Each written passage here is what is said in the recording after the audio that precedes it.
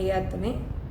இன்றைய அகிலம் கல்வி சாலை இணைந்திருக்கின்ற அனைத்து அன்புள்ளங்களுக்கும் அன்பான வணக்கங்களை சொல்லி இன்றைய விருத்த பகுதியில் நாம் இணைந்திருக்கின்றோம். இன்றைய விருத்த பகுதி திருவாசக விருத்தத்தினுடைய தொடர்ச்சியை நாம் பார்க்கின்றோம். உலகில் மனுக்கள் தமிழாலே உவமை உரைத்து விட்டார்வோல் கலக்கம் உடனே என் மொழியை கண்டு பழித்து நகைத்தோரை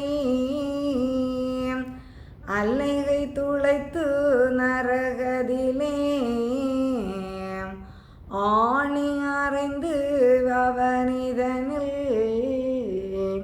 குலைய குலைத்து தீநரகில் கொண்டே போட சொல்வேனே. விளக்கம். இந்த ஆகமத்தில் சொல்லப்பட்டிருக்கின்ற கருத்துக்களை மக்கள் எளிய விதத்தில் புரிந்து கொள்ளுகின்ற விதமாக எல்லா மொழிகளுக்கும் முதன்மையான மொழியாகவும் மூத்த மொழியாகவும் இறைமொழியாகவும் இருக்கக்கூடிய அந்த தமிழ்மொழி மூலம் நான் சொல்லியிருக்கின்றேன். அந்த தமிழ்மொழியின் மூலம் மக்கள் அறியும்படியாக செய்து பல உவமைகள் மூலம் இதை நான் உரைத்திருக்கின்றேன். அவ்வாறு உவமைகளை உரைத்திருப்பதை உணர்ந்து கற்றவர்கள் பேர் பெறுவார்கள். ஆனால் இதை தூசணித்தவர்கள் என்னுடைய மொழி எதை இறைமொழி என்பதை உணராமல் இது ஒரு சாதாரண மண்மொழி என்று நகைத்தவர்கள், அதை ஏற்றுக்கொள்ளாதவர்கள் எந்த நிலையை அடைவார்கள் என்பதை சொல்லுகின்றார். அலகை என்பது பேய்கள்.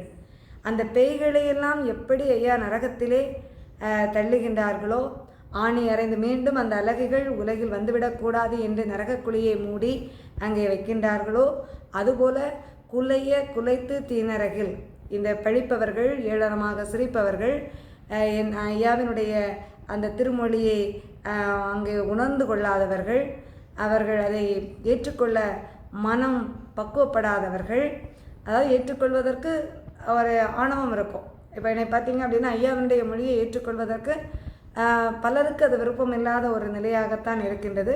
இது ஒரு இறைமொழி என்பதை நம்புவதற்கு மக்கள் தயாராக இல்லை. அப்படி இருக்கின்ற பேர்களுக்கெல்லாம் குலைய குலைத்து தீநரகில், அதாவது அவங்க பல பல துன்பங்கள் அங்கும் இங்கும் அலைந்து, ஐயா சொல்லுவாங்கல்ல, எங்கும் அலைந்து காணாமல் என்னை யாரும் என்ன செய்வாங்க, காணாமல் அங்கே மீண்டும் ஐயாவே தஞ்சம் என்று வருகின்ற மக்களும் இருக்கின்றார்கள். அதை கண்டுகொள்ளாமல் நரகத்திற்கு செல்பவர்களும் இருக்கின்றார்கள். அப்படி அலைந்து திரிந்து அங்கே எதிலும் கை கொள்ளாமல் நரகத்தில் வீழ வைப்பேன் என்று சொல்லி ஐயா நமக்கு இங்கே தெளிவுபடுத்துகின்றார்கள். ஐயா உண்டு.